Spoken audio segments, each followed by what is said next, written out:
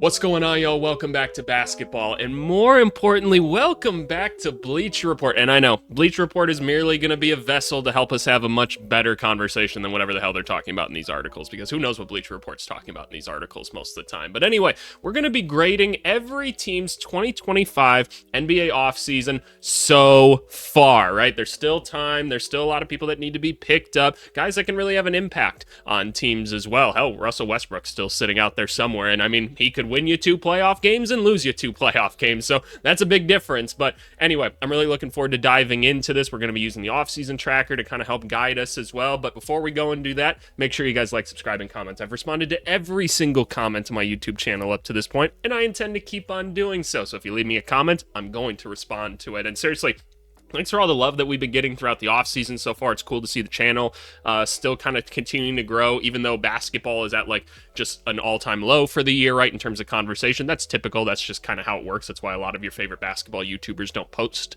a bunch right now. But I'm trying to keep the content going for all you sickos out here without posting stuff that's complete and utter nonsense. But with all that being said, let's jump into the article. I'm actually really looking forward to doing this. I really like the grading things, and there's a particular reason for that. Like, one, everybody likes to go look at their grades and see like what people think of their teams or whatever. Like, you're always going to spin your story how you want to, regardless. Because if you think your team's having a good offseason, you're not going to agree with whatever the grade is. But if they agree with you, you'll be like, this is a great article. But I think the grading aspect of things is important, because a lot of times in the world that we exist in on the internet, people tend to be like, things are perfect or things are really, really bad, right? And this kind of gives us the flexibility to say, like, this was okay. And that's where we like to exist on this channel, is being able to kind of exist in gray space and say, like, well, this was okay, but what about this? Maybe there's another reason for something. So I like these kind of things. The Atlanta Hawks, should I make like a prediction as to where the grade should be for each one? Can we give the Hawks, like, let's just pull up Atlanta really quick here. You're looking at this team right here. I don't need to look at Atlanta's roster. I feel like they had an A off season for them. Like, was it like stupendous? Like, no, but I feel like for the resources they had, they did really well. What are we doing? Okay, we're giving them an A. This is awesome. Just taking a look at some of the things that like Atlanta's done this offseason. Bring in Nickeil Alexander-Walker, right? Awesome addition to this team. Luke Kennard, like finding other shooters to kind of help space the floor, generate more offense for them. Brought in another younger shooter in Caleb Houston. Jerzic is joining the team now. I thought the way they handled the draft was masterful, in the sense of they moved pretty far back in the draft, acquired some really great assets, primarily like this New Orleans Pelicans, like Milwaukee Bucks pick right here, which the Pelicans giving up that pick is still one of the crazier things that happened this offseason, while still drafting a guy that they were probably targeting with their pick anyway and dropping like 10 spots, not to mention adding Kristaps Porzingis for like next to nothing. It's awesome. And the cool thing about this team is that if it doesn't work and you still want to explore trading Trae Young later, you've got the flexibility to do so, because people like Porzingis are falling off the books anyway, and you've got an interesting young core to kind of start to put some people around. But I don't know if this team is like a true contender by any means, but it should be a really, really fun roster. So I think Atlanta's done a great job. They've kind of stockpiled some assets again, and not too bad post the DeJounte Murray fiasco and everything. So good job, Atlanta. I'm happy for you guys. The Boston Celtics. What can we say about them? Their story still feels pretty incomplete because of like the Anthony Simons stuff or whatever, because like they're probably still going to try to move him. They might move like a Sam Hauser or something like that. Obviously Jason Tatum's out, and the whole point of their offseason is to cut salary, because for those of you that don't understand like how the salary cap works, your interest compounds every single year if you're above the luxury tax line, meaning if you pay, like, let's just say you pay $100 million to your players because of the luxury tax, and if you're a certain amount over, you might pay $400 million, and the next year it's going to be even more for the same amount of salary that you're paying your current roster. And so Celtics got to this point where they couldn't afford to keep their roster anymore, which, yeah, that's just what's going to happen. That's why the rule exists, so teams can't just build these like infinite dynasties or whatever. It's actually good for the sport. The Suns are going through the same thing. So I feel like they should get like a B minus right now, maybe just because it's incomplete still, right? Because we're just grading it so far. So what are we doing? A C? Okay, the cost-cutting talent drain was probably on the table before Jason. Yep, that was going to happen regardless. Knowing there was no sense of spending $500 million on payroll, yeah, that's insane. Boston is now under the second apron. Okay, and they could duck it if they trade another one. None of this has been any fun for the Celtics, but Boston had to do this. Okay, so why do you give them a C then? Because yeah, they literally had to do it business-wise. I'm giving it more so like a B-ish, something like that, just because, again, it feels a little bit incomplete. You can get something for Simons. I mean, he has value in the NBA. I feel like trading like a Sam Hauser might be better overall, but I mean, that's up to y'all to determine. They've got some interesting players on the team. I liked what they did in the first round of their draft with Hugo Gonzalez. I didn't really like the second round picks a ton, but you know, is what it is. They added to Josh Minot and Luka Garza, who maybe could be serviceable with more minutes. It'll be interesting to see, but I think I'm just excited to watch Peyton Pritchard play a little bit more this next year. So I'm a little bit higher on it than the Bleacher Report. The Brooklyn Nets, This is kind of an interesting one. I don't feel like the Nets have had a very good offseason all said and done. Like, yes, they are not trying to be good at basketball this year, right? That's fairly evident. They're trying to most likely tank, try to get a high draft pick, things like that, right? Totally fair. Some of the things that they could have done this season were move Cam Johnson. They moved Cam Johnson. They got back Michael Porter Jr., and they got a pick in that, right? Yeah, they got the pick back, so honestly, pretty good return on that. The draft itself was pretty scary, right? I mean, we all saw this draft where they kind of took very, very similar players that maybe are interesting individually, but kind of curious what the idea is long-term with it. I'm trying to think of some of the other things that they did. They added, like, Terrence Mann for kind of nothing, but I also don't, like, care for Terrence Mann, like, a ton. I'm not trying to like diss him or anything. I just don't think that's necessarily an asset whatsoever. So I just don't really know what the point of this group is, and maybe there shouldn't be a point, and maybe that's how I should look at it, because they still got draft picks. They've got young guys that they can throw out there and see what happens. I'm not sure how they're going to support them right now. The Cam Thomas stuff hasn't happened yet. So I don't know, like, Michael Porter Jr. is cool. Like, it is a resource, and he's probably going to be really easy to trade next season if you want to. I know he's $38 million, so maybe I shouldn't say really easy, but one-year players are a lot simpler to try to move than multi-year guys at this point. So I don't know, like, can I give them, again, kind of like a B minus? You're saying a B. Maybe some fans are disappointed Brooklyn didn't wield its cap space more aggressively. Who are they going to get? They got a bunch of rookies, a pick. Yeah, okay, yeah, I can go with a B minus. Again, it's not like phenomenal, but it's not bad by any means. Like, they're still on target is what I would say. So good for them. The Charlotte Hornets, this has been such an interesting offseason. So we've talked about a lot on this channel if you've been around for a while. Historically, there's kind of two poverty franchises in the NBA. There's a couple bit more that kind of exist in the shadows a little bit more, but the two teams that if you were to ask any NBA player, any NBA executive, any NBA coach, like, they would tell you, don't go to Charlotte, don't go to Washington if you can help it. Those were the two teams. Both of those teams have revamped kind of the background of things in their front office, and so while we can't say for certain that things are better, because only time will tell that, right? Both teams are acting much different, which is cool. You want to see these teams get better. Now the two teams sticking out are like Sacramento and Chicago, like something serious. But Charlotte had a really interesting offseason in the sense of they added a ton of guards to their roster. We're not quite sure where they're at in terms of their rebuild, because they took this, like, front office took over during what was already a rebuild. So they didn't really start it, and so they're kind of at this stage of like, okay, we need to evaluate how this rebuild was going so we can figure out where to go from here. One thing that we've definitely noticed from Charlotte is they're not bringing in a lot of the bad culture people that Charlotte was kind of bringing in before. It seems like they're really trying to steer away from that now. They're making a lot of like little trades where it's like, hey, we can take advantage of this little thing and walk away with a few more assets and things, and that's really cool to see. And you guys have heard me say this because I'm a part of these conversations at times with people, like, via my work, is Charlotte is like super secretive. Now, you don't get to hear like anything from this group, and they put out like deception, like true deception. They'll be like, oh yeah, no, we're doing something like this, and they'll go and like do the complete opposite. So they are playing the game now. Like, Charlotte is at the table, which is cool to see from like a fan's perspective. But yeah, I'm very, very curious to see like where this team is going directionally. Again, I think just in terms of asset management, it was a good offseason. They're probably not going to be a great basketball team this year, but I don't think they'll be complete pushovers. At least you hope not. Overall, you look at the draft. The draft was interesting. I don't necessarily agree with the Knipple pick. I feel like there were maybe some other avenues to explore outside of but I really hope that it works out for him. I think it could be pretty cool. Him, LaMelo, Brandon Miller. Like, I can see the vision of something there, but we'll see if LaMelo's even a part of the long-term plans. Can I give this team, like, again, kind of like a B, maybe a B plus, just because, again, asset management has been awesome for this team in the offseason. So where are we going there? B again? Yeah. That seems fair. A lot of this money's going to like fall off the books like in the next year or whatever via like Colin Sexton, Pat Connaughton. We'll see if Pat Connaughton even makes the day one roster. So I don't know. I'm very curious to see where this team goes long term, but I hope for Charlotte fans that better days are ahead. The Chicago Bulls. Okay.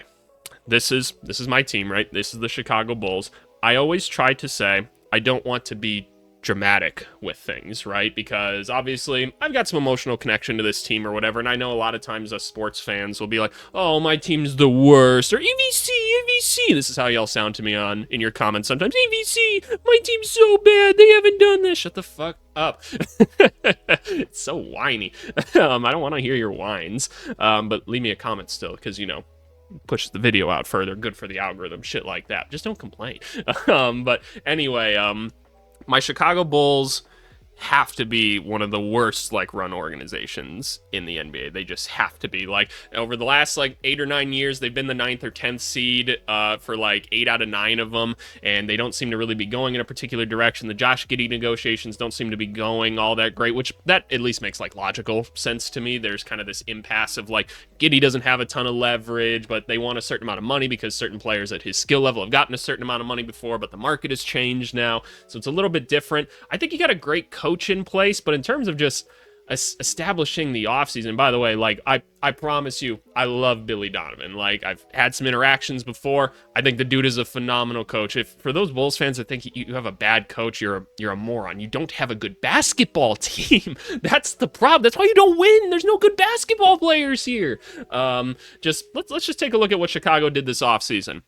They brought back the same team that pissed off everybody last year, pretty much, except Lonzo Ball's gone, and now we have Isaac Okoro, which, cool, I guess. I guess we can see if Isaac Okoro becomes something. We're fresh off of the Patrick Williams weird contract. They brought Trey Jones back on what I think is a great value contract, and they drafted Essengay, who I'm personally not a huge fan of, and I think a lot of us fans are like, why isn't Vucevic traded? Why isn't Kobe White traded? Like, these guys are cool. It's just like, let's just get something for them. There's no point in these guys being on the team at this point. Kobe White should have been traded this last year, but we're talking about the offseason.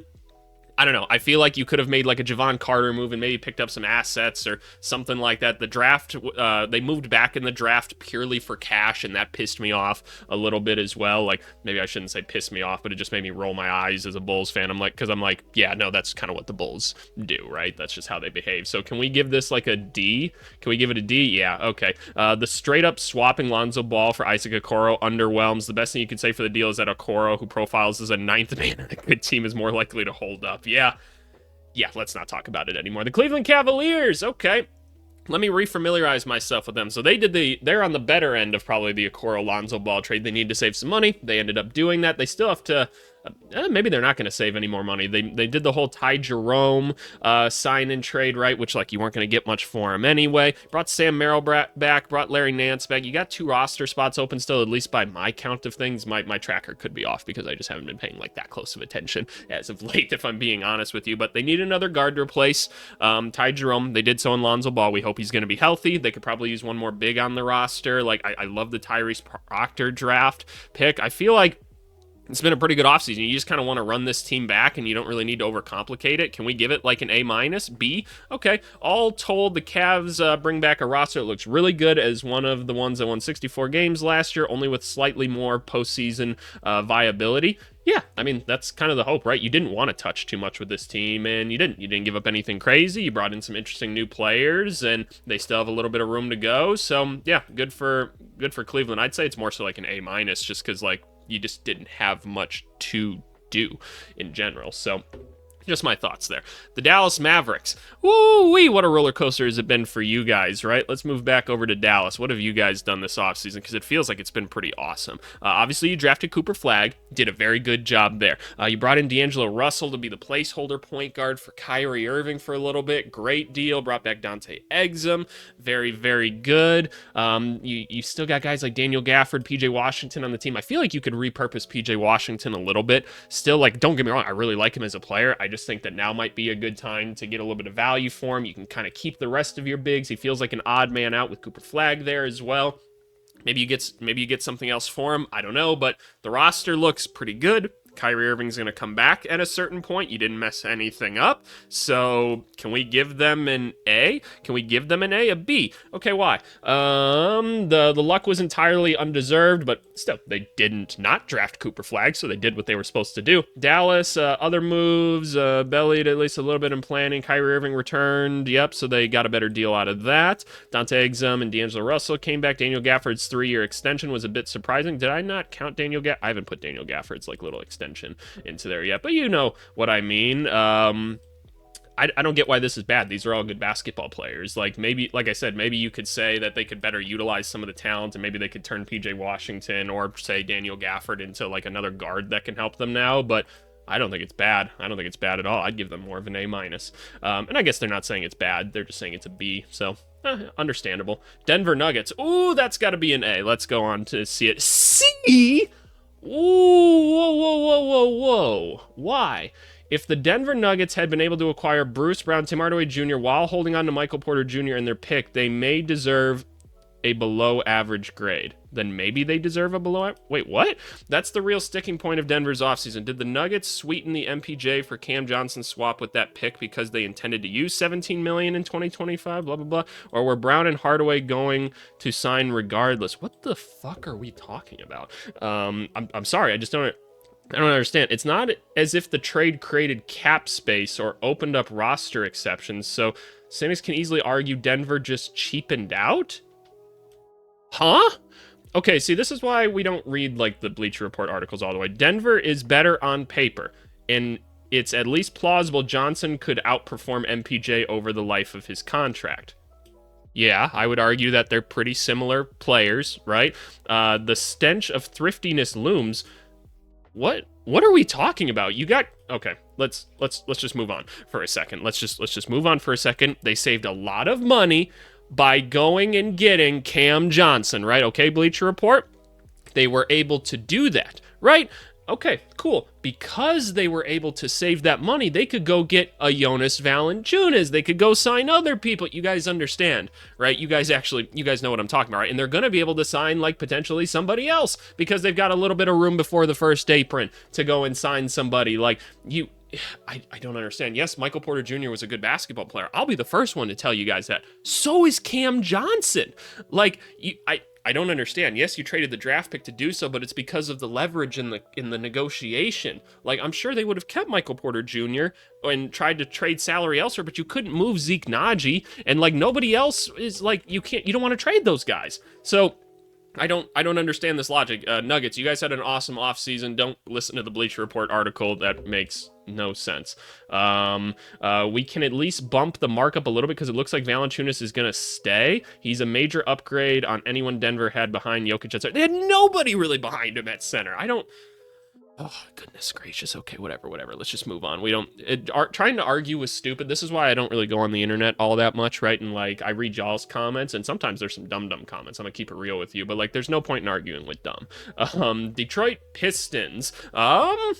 They had kind of a tough offseason because of and I'm not saying tough in a bad way, it was just a little bit difficult because of the whole Malik Beasley situation, but I feel like they handled things pretty well all said and done. I wish they could have kept Schroeder somehow because I feel like he was nice for the team, but you are getting Jaden Ivey back this next year, who looked really good in the little bit he played this last season, so hopefully he can kind of build on that. I didn't necessarily love their draft, but that's whatever. Some of the other moves they made this offseason, though, bringing in Duncan Robinson, they needed shooting, got shooting. They needed a Malik Beasley replacement because of that whole situation that he's in. Brought in Karis LeVert, nice option for that. Brought back B-Ball Paul to kind of solidify the center rotation.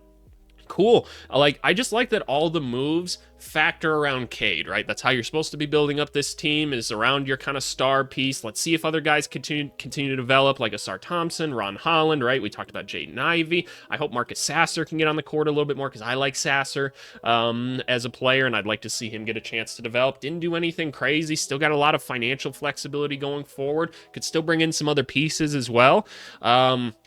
They didn't do anything like phenomenal, but I feel like given their situation, they did pretty good overall. So what are we giving them, like a B? Can we give them a B? They're giving them a C. Okay, Dennis Schroeder and Tim Hardaway Jr. got away in free agency. I don't think it's a big deal, though, because you replaced it. And Malik Beasley's career is up in the air. That's not their fault. Those three all played significant roles on the team last year, but with younger options in Asar Thompson, Ron Holland, and even Ivy ready to take on more responsibility, maybe losing all three of their main free agents wasn't the worst outcome. Well, again, just because people were your best free agents doesn't mean you wanted to bring them back necessarily, because for the exact same reasons that you just noted, right? It's probably better to just start to get the young guys on the court a little bit more. Ivy and Duren are both extension eligible, and Detroit has so far been wise in holding off. Yeah, I'd agree with that. The Pistons are good enough now to force those two to prove their worth and still hold major leverage. And so why the C? If Jaden Ivey isn't ready to build on the growth he showed in 30 games, blah, blah, blah, blah, blah, I don't understand. I'm just reading the whole thing. I don't understand the rating. They counter their arguments themselves, yet they give a weird grade. So I don't know. The Golden State Warriors. You can't really grade this team yet, right? So Golden State Warriors fans, I know I make fun of you in every video because you're like, if see, my team hasn't signed anybody. What the fuck? I'm like, whoa there, little Golden State fans. There's a process to this, right? You need to execute the sign-in trade of Jonathan Kuminga first before you can do anything else. I have it on pretty damn good authority that there's 3 or 4 guys that already have handshake agreements with the Warriors that they're like, yeah, no, once you figure out the whole Jonathan Kuminga thing, we're here, right? So just relax. It's all going to happen. They just have to figure out the Jonathan Kuminga trade first, which that's been complicated for him. It's a hard thing. He's a hard player to sell to teams, and it sounds like they're just trying to sell him to the Bulls at this point because the Bulls would probably do something like that, but the Bulls are also a tough team to negotiate with because they'll be like, you know what? No, you have to give us Steph Curry and a first along with Kuminga in order to this. Yeah, it's silly. Some of the things that they asked for. I'm obviously exaggerating, but you know what I'm saying. Their draft was fine, I suppose. I personally thought it could have been a little bit better, but it's not a big deal either way. They had late draft picks. It is what it is. I can't really grade this team up to this point because we're just waiting for the Kuminga stuff to happen. The rest of the deals that'll take place probably will be pretty solid overall and be beneficial to the team, so I hope that it's going to be okay. Okay, they're also saying incomplete. Thank you very much. Houston Rockets. This feels like a great offseason for the Rockets, right?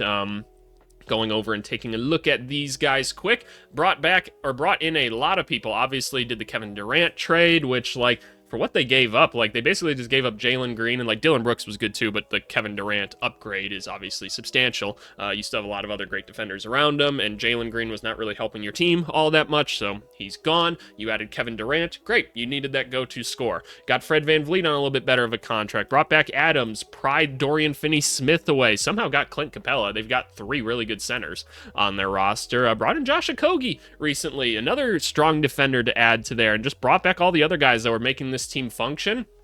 Great. Let's give Amen Thompson's a little bit more to do this next year. I hope Jabari Smith can grow. Let's get Tari Eason on the court a little bit more. Maybe Reed Shepherd will be a better basketball player next year. We can certainly hope. This team, I feel like, did a really good job. Did they get an A? Yay, they get an A. Good job. I tend to agree with them. The Pacers. Ooh. Bad offseason. This is not a good offseason for them, right? I feel like we have to acknowledge that. The Miles Turner situation alone was just disastrous, right? They lowballed him for some reason. Let's take a step back. Pacers were just in the finals, right? Tyrese Halliburton goes down with injuries. That complicates things immensely, right? Because this team doesn't like to pay the luxury tax. It's just not something they ever do. They were going to have to do it in order to keep Miles Turner around and kind of keep this core together, which I would argue you should do for the sole reason of you were just in the finals. And I know Tyrese Halliburton goes down, it's probably going to be hard to contend for a championship next year. It's probably not realistic to assume that they can do that without their best player, right? So Tyrese Halliburton down. but he's going to come back at a certain point. It's not like Miles Turner was like old. I feel like you just keep him and you try to stay afloat, because so much of this team was like, hey, all of us are going to get double-digit points, right? We can kind of keep things afloat for this season, still make the playoffs. We'll fight somebody hard in the playoffs. Maybe we'll go down in the first or second round.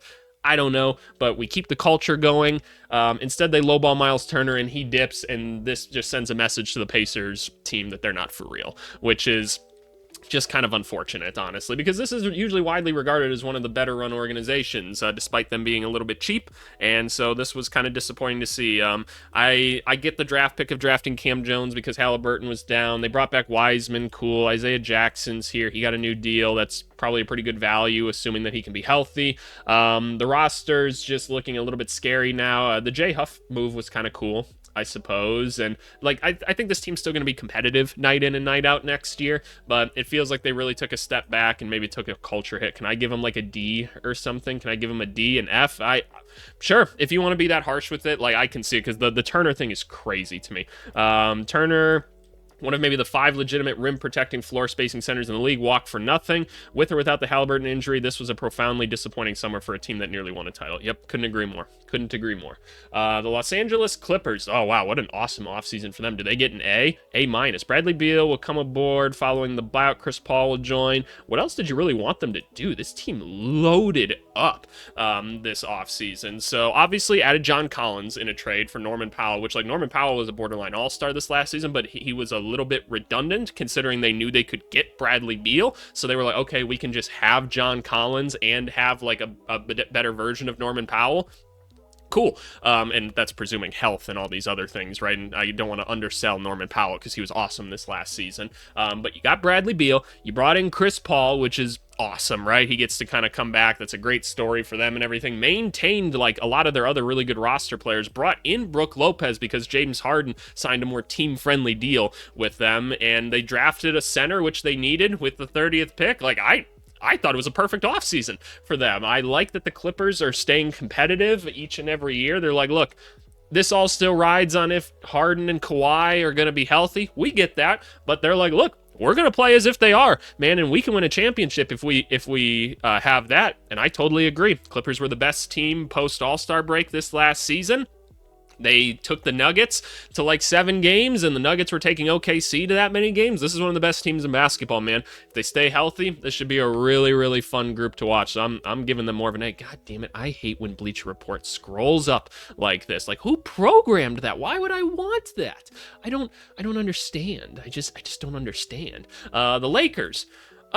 This is one of those where it's like solid offseason, I would say. Overall, this feels like a solid offseason. Let's go take a look really quickly. So, in terms of moves, and I know Lakers fans are never satisfied with things, right? That's just how it is. The team got better. They found themselves in a Luka Doncic situation that they did not anticipate being in, and I feel like they've done okay. All said and done. They found the center in DeAndre Ayton. That was probably the best option that they could have walked away with, like realistically, right? I personally really like that move. This will kind of tell us a lot about DeAndre Ayton this next year. He's going to have the right coaches, the right players around him. Let's see if he can play the right style of basketball. I thought the LaRavia deal was a pretty good steal. He's a pretty nice basketball player for this price. Brought in Marcus Smart, very cool. Jackson Hayes, like sure, as a backup center, yeah, Jackson Hayes got a lot better at points this last season, obviously during the playoffs. That was rough at times, but you know what? Let's just keep building on it, man. Let's keep teaching people. I liked the Thiero pick. I like that they just paid their way up too. They paid off like the Timberwolves and the Bulls to move up to get him, which is kind of cool. He's a fun athlete. Trying to think, the way they got Marcus Smart was a little bit clunky to me. They had to cut Shake Milton and Goodwin. I feel like there was a way to just keep Goodwin because the value of his contract or whatever was pretty good for the level of production that you got, and maybe you could have found a way to dump Kleba somewhere. But you know, I get it. It's complicated, right? It's complicated. So I don't think it's bad. Can I give him like a B+? Because again, like, is this team truly a contender? It's hard to say. You got one of the best players in basketball, so the answer is always yes because of that. You have LeBron James on your team. You have other good players. Austin Reeves can get you 20 any night. Rui Hachimura is just an underrated basketball player at this point. You've got somewhat of a serviceable bench at this point. Now, still some holes, but I think considering the resources they had, they did pretty well. Can I give them a B, B plus? Is that what we're saying? A D? Why? What were they supposed to do? The Dorian Finney-Smith thing did kind of suck. That did kind of suck. But because they scrolled up again, oh my goodness, it makes me irrationally upset when that happens. The Dorian Finney-Smith thing does suck, so that should drop them a little bit. But they were able to make other moves because of that. Like Dorian Finney-Smith is now Marcus Smart, like Laravia, I guess Ayton, other things, right? So debatably more important, right? But a D, those moves make it quite clear the Lakers aren't willing to spend what it takes to make this year as talented. Does this person not understand how the cap works? I don't think this person understands how the cap works. Like, you couldn't go and get like a DeAndre Ayton or a Marcus Smart or things like that if you want, oh my God, I just can't. You can't go above the first apron if you were going to sign players like that. So here are your options. Keep Dorian Finney-Smith and pay more money, or go get a couple other solid players in positions that you probably needed a little bit more, and spend less money. For fuck's sake, people, it's not that complicated. Well, it is kind of complicated. It's the CBA. But DeAndre Ayton is a great value at 2 years, $16 million. Arabia is a sub, but it feels like the Lakers are keeping their powder dry for LeBron. But they couldn't go get these guys if I can't. That's not how the rules work. Okay. Whatever. We move on. We give you a higher grade, Lakers. We think you did okay. The Memphis Grizzlies.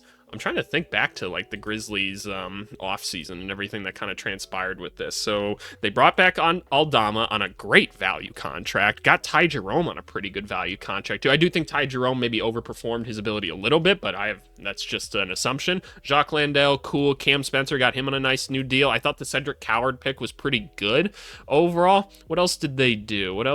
Oh yeah, they did the Desmond Bane trade, which I thought was pretty good as well. Considering everything, and again, these numbers might not be completely accurate at this point in terms of like salary and everything, because I don't know what the Cole Anthony buyout ended up being or whatever.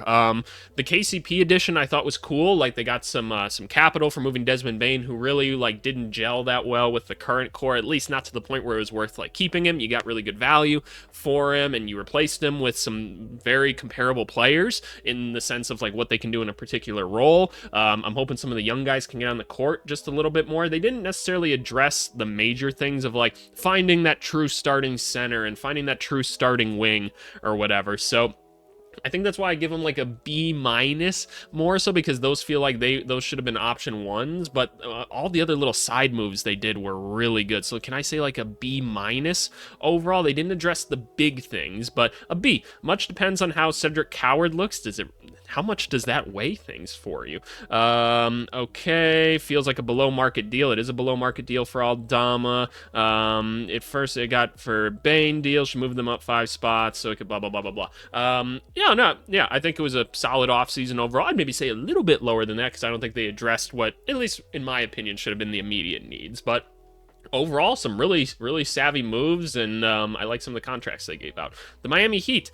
Feels like a solid offseason overall for Miami. I mean, they just added Norman Powell for absolutely nothing, right? Like, that's got to be, like, the main takeaway for things. They gave up nothing, got a guy that was a borderline all-star last year, needed another scorer, shot creator, a guy that can dribble basketball. You did that. You got a pretty good value for Davion Mitchell here, who you hope is going to continue to be a high-impact player for you. You drafted Jonas at great value, again, in my opinion. I thought he was one of the top players in this class, and I'm not saying he's going to be like elite day one, but I think given time, this guy could be a very solid starting point guard for you down the line. There's still the questions as to where this team is going directionally. This team is always trying to compete, so that's probably should just be the answer. That, look, this team's just going to try to win at all times, and maybe that's frustrating for Heat fans, right? But you can't just, like, turn culture off. Part of the reason the Miami Heat find their way back to championships more often than any other team really do is because they never turn the culture off. So I'm going to say you kind of do have to trust the process a little bit with this, but I'll be curious where they're going with like Tyler Hero and Bam long term with this group. But overall, like I thought the offseason was fine. They moved off the Duncan Robinson contract and saved themselves a little bit of money so they could go do a couple other things. But in the sense of like they've got some flexibility to make some other moves, I should say. Maybe Fontecchio will find his way back onto a basketball court or something like that. But the Norman Powell trade alone was a very masterful move. So can we give them like a B? Can we give them a B? Okay, I agreed with the B. The Heat are still probably a play-in team. Maybe like that's probably fair. Maybe 6 seed ceiling. I'd have to like line up the teams and actually think about it. But no, I thought it was a solid offseason overall. The Milwaukee Bucks. Ooh-wee. This was okay. Let's frame everything. The Milwaukee Bucks were put in a really, really rough situation. Lillard was hurt. It wasn't working, right? Because of the injuries and everything. They need to stay competitive to maintain Giannis. So what did they do? They ended up trading some picks to get off of people like Pat Connaughton and stuff. They did a lot of like salary cap bullshit by the whole cutting of Damian Lillard thing so they could go get Miles Turner, who became surprisingly available. They found a Cole Anthony for cheap, which I think is pretty cool. Oh, I don't actually have his money even put in here yet because I don't know. I'll update things at some point, I promise. The draft was whatever. They had a late pick. It's not a big deal. They brought in a lot of like quality NBA players, I suppose. Like, it's not a great roster if you look outside of Giannis and like Miles Turner. That's for sure, right? You've got some serviceable players and then whatever Kyle Kuzma is going to be on the basketball court, but it was a tough offseason. I do want to criticize though still, and I'm holding Portland accountable for this as well. The fact that Lillard ended up back in Portland. We talked about early in the offseason that there should be a way to trade Damian Lillard over to Portland, right? Because they're one of the few teams that could justify taking him. It's valuable for them to have their legend back there, right? And Portland also could have gotten off other money that they didn't necessarily need, whether it be Jeremy Grant in like DeAndre Ayton, because the Trailblazers just ate the DeAndre Ayton contract. And I feel like they could have done something like that, and then they could have bought out Lillard this next year and restructured the contract a little bit more. I feel like they could have just helped themselves out by moving that money to the Bucks, who would have taken on like a Jeremy Grant contract and a DeAndre Ayton contract happily right now. And that just seemed like such an obvious miss to me. But, you know, is what it is. They were in such a tough situation. Can we just give them a C overall? Because I don't know how much better they could have done outside of that trade.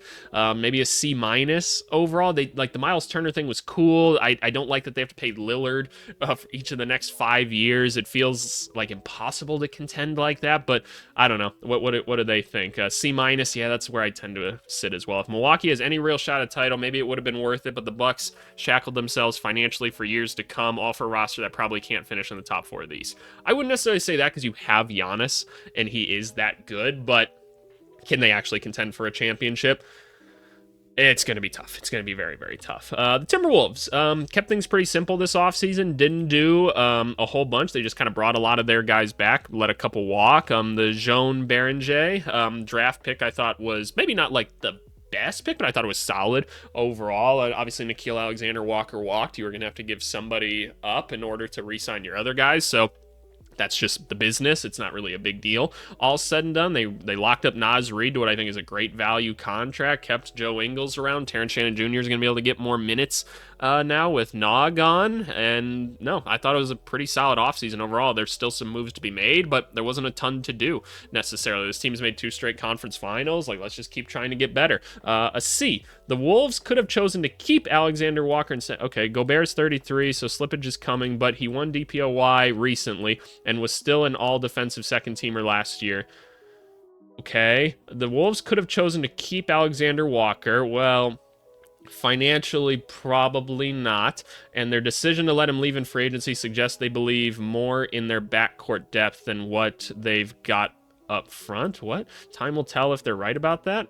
I don't understand some of this logic, man. Like, you couldn't realistically, like, give Randall, Reed, and Nickeil Alexander-Walker a contract. It would have cost too much money. It just would have. You would have been deep into the second apron, and you would have just shackled yourself from making, like, any other productive moves, and you had viable options behind him in Terrence Shannon, or, like, Jalen Clark, things like that. So, I don't understand that logic whatsoever, but I think the person writing this just doesn't quite understand the NBA salary cap, so that's fine. It's complicated. The Pelicans.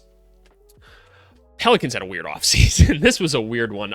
My instinct wants to say it's bad merely because of this Derek Queen trade. And look, I obviously am not huge on Derek Queen. Like, don't get me wrong, I think he can be a good NBA player. I wouldn't have put him on my board at all if I didn't think he could make it, right? He's got an interesting skill set. Cool. Trading up that many spots and trading that draft pick that's so valuable to get him on a team where he doesn't really logically fit, that's weird to me. I have to see the grade for this. F, I'm not surprised. Let's break it down, though. Let's talk about it. So they added Kevon Looney for a contract that seems a bit egregious, honestly, for Kevon Looney's level of production, a guy that really didn't play much basketball this last year. I'm glad he got a deal, which is cool, but I'm not really sure what Kevon Looney does for you so much that you had to pay over market value for him. Who's going to give him this money? I don't understand. Jeremiah Fears pick was weird. I like him individually as a prospect. I don't know what he's going to do on a team like this where he's not going to really get a chance to do the thing that makes him so good, which is kind of downhill scoring, but whatever. The Derek Queen pick, we just talked about it. The Micah Peavy one, whatever. They went and traded for Jordan Poole, who, they needed a guard option, I suppose, and he's better than CJ McCollum at this point. I mean, Jordan Poole has been playing some pretty solid basketball as of late, but I don't know what this team does. Are they going to stay healthy? I don't know. It's just a lot of weird question marks and weird fits of players together. When DeJounte Murray comes back, what does that look like? That was a weird fit next to Zion in and of itself as well. And trading that draft pick just sucked, man. That just didn't need to happen. I just can't imagine that was the asking price for it. I feel you just could have done something different. So I don't know if it's an F. Can I give it like a D? It's not good, so let's give it more of a D. The New York Knicks, so they got rid of Thibs. That was kind of the biggest thing, right? Overall, is that Thibs is no longer the coach, because even though Thibs was good at probably everything else as a coach, he could not manage a rotation for whatever reason, and he will play his guys 48 minutes till the day he drops dead himself. Looking at some of the other moves that they made. They went and brought in Yabusele and Jordan Clarkson, two guys that they needed because they needed any sort of bench help, which is cool. They still have a couple roster spots open that they could work with, and I'm going to guess they're probably going to try to find a couple more valuable people. They didn't lose anybody. This team's really good. The East is wide open. They didn't really have much to do in terms of the draft or anything, so they didn't mess anything up, and they brought in a couple bench players, got a new coach in Brown that I think is great. So A- so far. A-. I think the Yabusele signing is one of the more underrated pickups of this offseason. I feel like he's going to be awesome for this team. And Jordan Clarkson, great. Add another scorer to the team. Very, very cool. What do we give him? B-. If the Knicks convince Mikal Bridges to sign the extension, they'll add a much bigger win to an offseason mostly marked by small ones. So what, do they get a lower grade just because they didn't go and trade for Kevin Durant or something? I don't understand. The Thunder, if this isn't an A+, Okay. Tell me all about it. Between max extensions of keeping the guys that just won you a championship, they committed a little over $750 million to 3 players. That's just the core of doing business when you're a championship team. OKC will face difficult roster decisions when those extensions all kick in, but this coming season won't be so bad. Yeah, no, not at all. Not at all. Look at all this green. Look at all this. Not even they'll probably still be a luxury tax team because there's other financial incentives on top of these contracts, but it doesn't matter. It's the first year of the cap. It literally does not matter. And then SGA's new money doesn't start. The Thunder locked down the top-end talent necessary to make the moves, and they locked down all the rest of their guys, though. Y'all are forgetting about that. Don't forget about that. Who are all the other guys that they picked up this, or Aaron Wiggins has a new deal, Jalen Williams, I believe, does, the real, Jalen Williams, right? They're keeping all their guys, AJ Mitchell, guys like that. So they kept all of these talented players around on super friendly deals, and they structured the Shea, Jalen Williams, and Chet contracts. You guys should look into these articles. They've structured all those contracts perfectly to completely help them navigate the CBA over the next couple of years, because they're all slightly different. It's masterful. So I don't understand. I don't understand. The Orlando Magic. Let's just move on, because again, just. Y'all can leave me a comment what you think of that. Shout out Thomas Sorber. They drafted him. The Orlando Magic. Weird offseason. Not weird bad, just legit kind of weird. We kind of went into this offseason and said, okay, They need playmakers. They need shooters, right? That's what the Orlando Magic need, because they had nobody that could shoot the basketball. Their offense was just putrid this last season. They need people that can help Franz and Paolo kind of do their thing. They went and found Desmond Bane for a pretty solid price overall, in my opinion. Is that necessarily the player they needed? I wouldn't necessarily say so, but I'm not going to say he's not a positive step in the right direction either, because again, like he can shoot the basketball, he can score, solid enough defensive player. Like Desmond Bane, good basketball player in the prime of his career, very cool. They went and brought in Tyus Jones, similar player to what they needed, still not quite what they needed though. Brought Mo Wagner back. You're like, that's really cool. I thought they did well in the draft with Jace Richardson and Noah Penda. Those are two solid selections given the draft picks that they had. I still don't feel like they addressed the core issue of finding like that creating guard that can really kind of help like Franz and Paolo operate. Maybe you still have some questions about the center position. I think that's more than fair to say. So can I give them like B-? Because again, I think the team got better. I do think the team is better. I just don't think it's like necessarily the perfect moves. And look, maybe I actually can tell you this team really tried to get like Kobe White this last season, and the Bulls were just like, no. I feel like a move like that would have been really good. Like that's the kind of creating guard you need on this team that can just go get you some buckets like that. But I guess we'll see. Maybe Suggs will turn more into that than I'm expecting, and that's what they're banking on. So we'll see. What do they give them? A B? I can live with a B. Between Banchero and the new additions, the Magic are positioned to change a trend that has had them finish blah blah blah on offense. Okay, fair enough. Yeah, I think they'll be better. I'd find it hard. You can't be much worse than they were this last season in terms of like operating and shooting and shit like that. Sixers. Okay, what do we think of the Sixers? Let me refamiliarize myself with that, because all I can think about is VJ Edgecombe and Trendon Watford.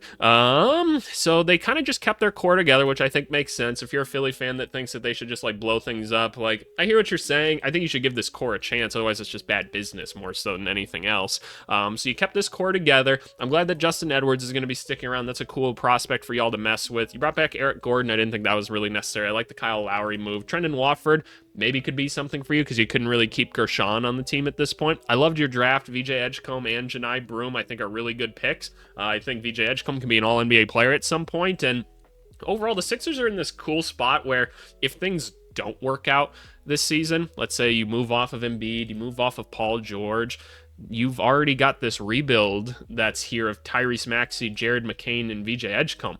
It's a pretty solid core right there, right? So I think Philly's in a good spot, man. I think they're in a really, really good spot. So I'm going to say that they didn't have to do much this offseason.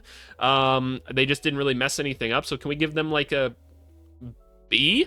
Can we give them a B? That like the article is going to make it much lower because they didn't really do all that much. But in my opinion, they didn't have to do a ton. The Joel Embiid thing could be crazy.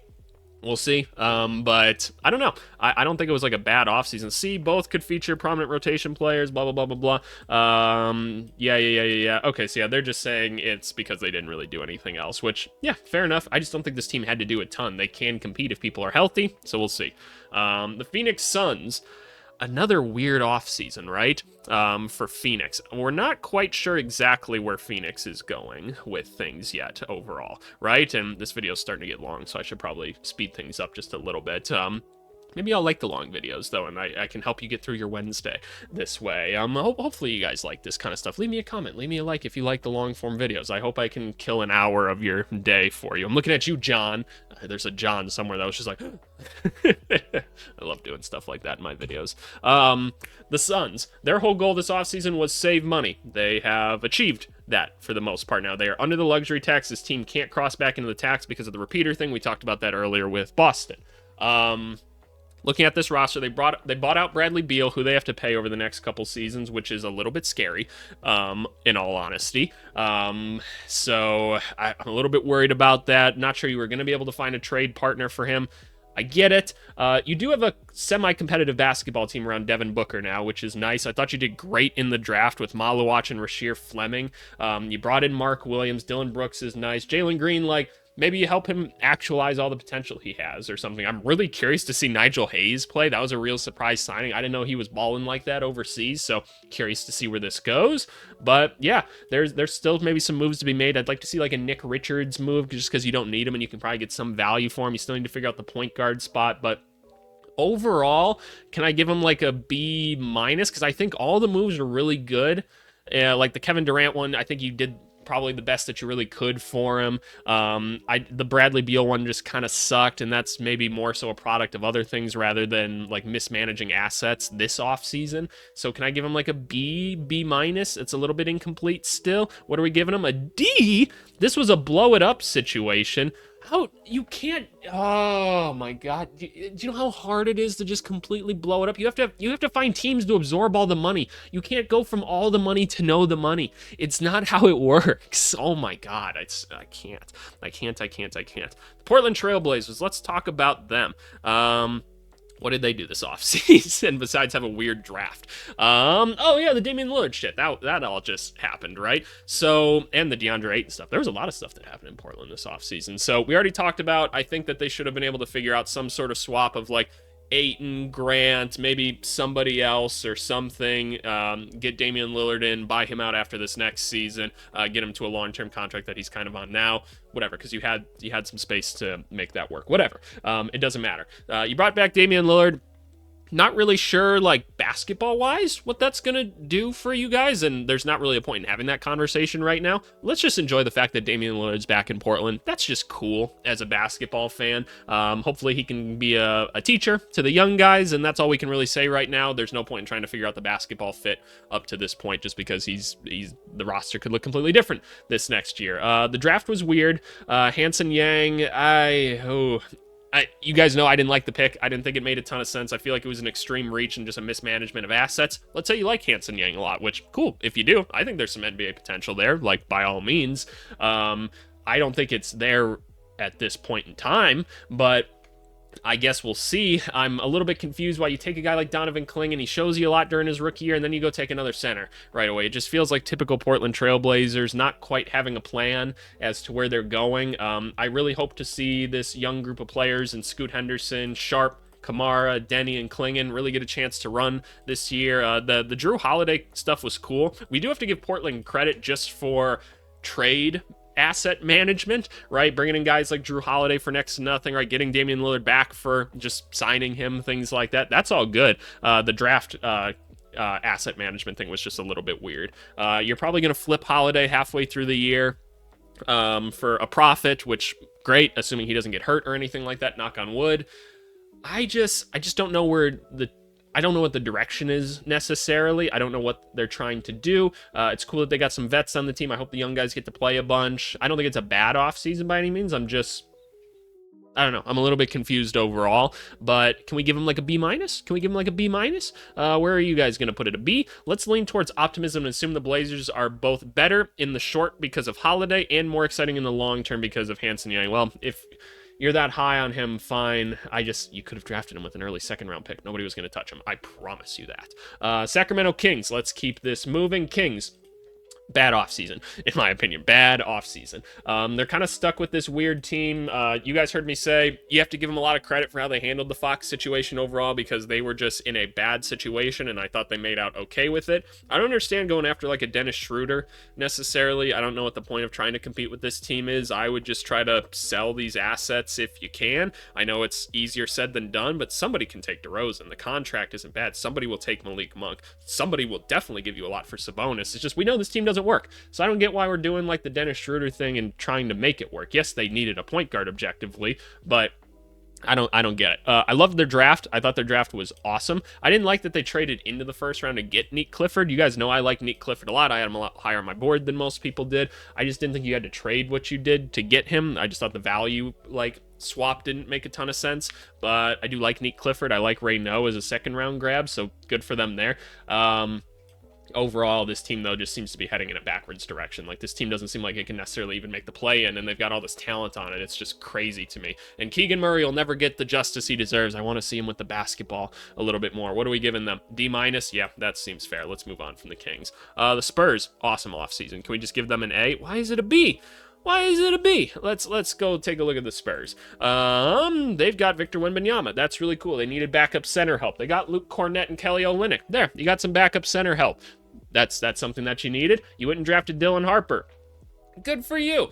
You went and found another interesting wing in Carter Bryant. I love it. Some of these other signings were solid that you're not committing to anything super long term. And Lindy Waters, who just happened this morning, and Jordan McLaughlin. Great. I love those guys. What else did you really want them to do? Did you want them to trade like Devin Vassell and Keldon Johnson because they don't necessarily fit long term? Maybe. Blah blah blah blah blah. Number 14 pick Carter Bryant looks like a keeper in the early going. It's just summer league. Shut the fuck up. But you guys know I like Carter Bryant. I'm just saying. Just don't let summer league be a determining factor of anything. The Spurs will revisit a blockbuster trade involving Harrison Barnes, Keldon Johnson, and Jeremy Sohan at the deadline. Maybe they will. I don't know. I don't think don't rush it. Don't rush it. They didn't need to rush things. They didn't. They added another stud for the future in Dylan Harper. Just move on. It's an A. Toronto. We don't know what Toronto's necessarily doing either. Jakob Poeltl is going to keep on taking money from this franchise for forever, and he's a nice basketball player, and his agent is doing an awesome job. That is what I'll say about it. I don't necessarily understand the direction. The Colin Murray-Boyles pick, I didn't really like that one very much of them. I just don't see the fit necessarily. All the players that they have here are good individually. I just don't understand how they work together on a team. It's just kind of strange. I don't know, like, where is this team going? Like, what is this core? I don't get it. It hasn't become any clearer since then. The free agent signings were just kind of meh, whatever. It's not a huge deal. Cool that Garrett Temple still in the NBA, I guess. Can I give them like a D just because no clarity? Yeah, okay, fine. Utah Jazz. What have the Jazz done this offseason? Let's recap really quickly everything that they've done. Obviously, drafted Ace Bailey, drafted Walter Clayton, John Tonji. Awesome draft. They fell out of the top 4, which was doomsday scenario for them, and they still walked away with a guy with all NBA potential. Good. Very good. We love the Walter Clayton pick. We love Tonji as well. I think you got great value for each draft pick. What else did you do? You got rid of John Collins. You didn't necessarily get a ton back from him, but it was a tough market to work with him. The Colin Sexton, Yusuf Nurkic trade didn't make any sense to me, so that one was really weird. What else did you do? I'm just kind of looking through things here. I don't necessarily see much else going on here. I think it's a little bit weird that you don't have like another veteran guard on the team and you're just going to roll out George, Collier, and Clayton. This team's obviously not going to be very good. They're kind of just starting their rebuild now, if you would, right? Because now they've actually got a player they can build around. Maybe you think they should have traded Markkanen. No, you need guys like this to have around your young players to kind of help them build themselves up. You don't want them to just be target number 1, day 1 for the opponent. So I think that's good. You could maybe say they didn't get great returns for Sexton Collins. Like, yeah, I tend to agree with that. There was also a reason to hold on to them, though, up until this point. So the Sexton one's still weird. The Collins one I'm not tripping about very much. The Sexton one was weird. Can we give them... their actual like asset management during like free agency and stuff like that wasn't great. They handled the draft like I feel like pretty well. Can I give them like C+, B- as well? That's kind of where I see things overall. C. The deal that sent Charlotte, Sexton, blah, blah, blah, remains perplexing. Yep, agreed. The Jazz shouldn't have had to sweeten that trade at all. Oh, yeah, they added the pick to that. Yeah, that was really weird. Keep it at a C+ for me. Their draft was really good. I think everything else kind of after that was weird. It didn't have to be anything like good. It was just kind of negative. So yeah, I don't know. Let's move on to the Washington Wizards. Wizards, you guys are doing it. Normally we end these videos so sad with the Wizards. You guys are doing so good right now. I'm so proud of you guys. You guys are normally just the fucking worst. But no, good moves. You brought in some vets around your young players. Good. We talk about that all the time. That's so important. You went and added some draft picks or taking on not as good contracts. Good job. That's what you're supposed to do. You drafted pretty well. You got Trey Johnson and Will Riley. Good job. I think you did good. I think you get an A for your offseason. Like, your team's not going to be that good this season still, but you're moving in the right direction. You're giving your young guys a chance to shine.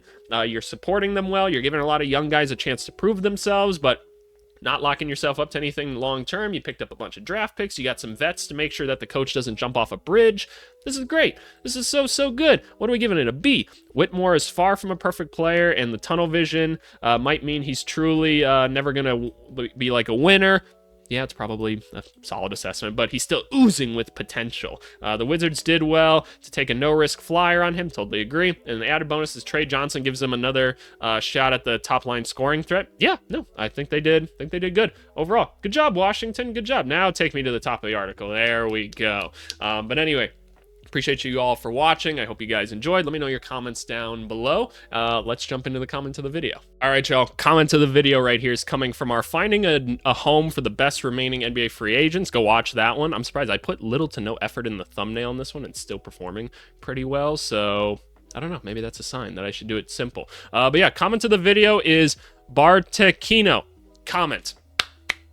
Excellent. Masterful job. Boosting the algorithm. Little to no work for me having to respond to it. Just elite moves right here. This is just optimal right here. Optimal. Good job. I love the conversations we have in the comment section, but sometimes it's nice to just get one of these when you're responding to all of them. So thank you very much. And shout out Culvers right here. God, I love some Culvers. So those of you that don't live in the Midwest of the US, oh, are you missing out on Culvers? But anyway, go join the Discord. Link is in the description here. Go join all the basketball conversations. And yeah, I appreciate you guys. Talk to you later. Thanks so much. Bye.